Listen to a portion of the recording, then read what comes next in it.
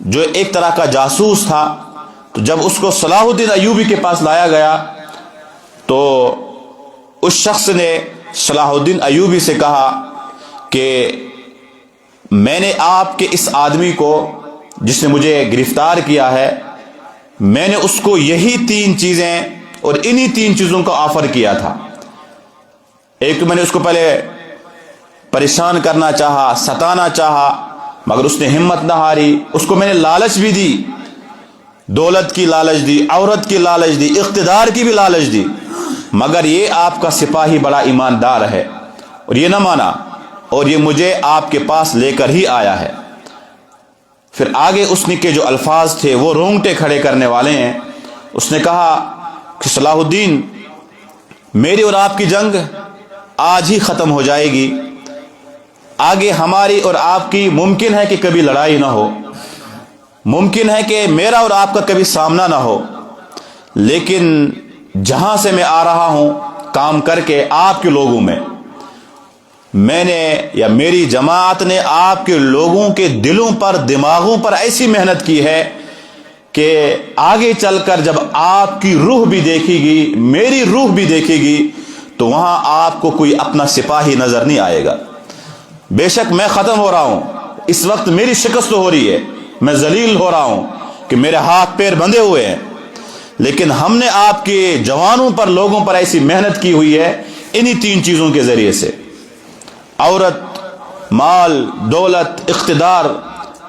یہ چیزیں ہم نے آپ کے لوگوں میں اس طرح سے کوٹ کوٹ کر بھری ہوئی ہے کہ آگے آپ دیکھنا کہ جس مسجد اقصی کو آپ آزاد کر رہے ہو، آگے آپ کے پاس یہ رہنے والی نہیں ہے۔ اور جو لوگ اس وقت آپ کے ساتھ ہیں، ان لوگوں میں 99% لوگ ایسے ہیں کہ جو ہم چاہیں گے وہ یہی کام کرنے کو تیار ہوں گے۔ بے شک اس وقت آپ کی جماعت میں ہے، لیکن صرف ان کا جسم آپ کے ساتھ ہے، 1% یا 10% لوگ صرف آپ کے ساتھ ہیں، باقی جتنے بھی لوگ ہیں ان سب کو ہم نے انہی چیزوں کا لالچ دے دیا ہے۔ لہذا میرا اور آپ کا ممکن ہے کہ دوبارہ کبھی آمنے سامنے نہ ہو، میں اور آپ اس وقت جو لڑائی لڑ رہے ہیں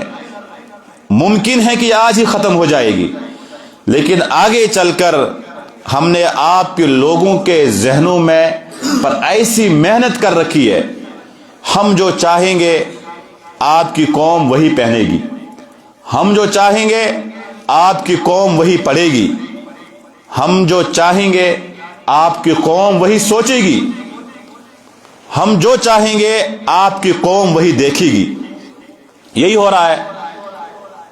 کہ آج ہمیں جو بازار میں، مارکیٹ کے اندر کپڑے آپ دیکھیں گے، جو ہمیں پہنایا جا رہا ہے فیشن کے نام پر، ہم اسی کو اپنانے کو تیار ہیں۔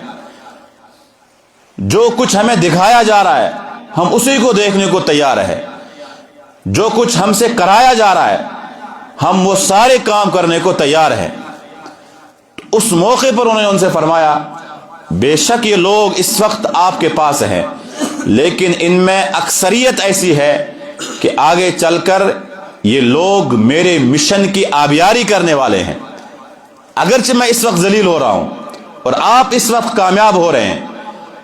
لیکن آگے چل کر یہ آپ کے مشن کو چھوڑنے والے ہیں، کیونکہ ہم نے ان کے دل و دماغ پر محنت کر رکھی ہے اور انہی چیزوں کی وجہ سے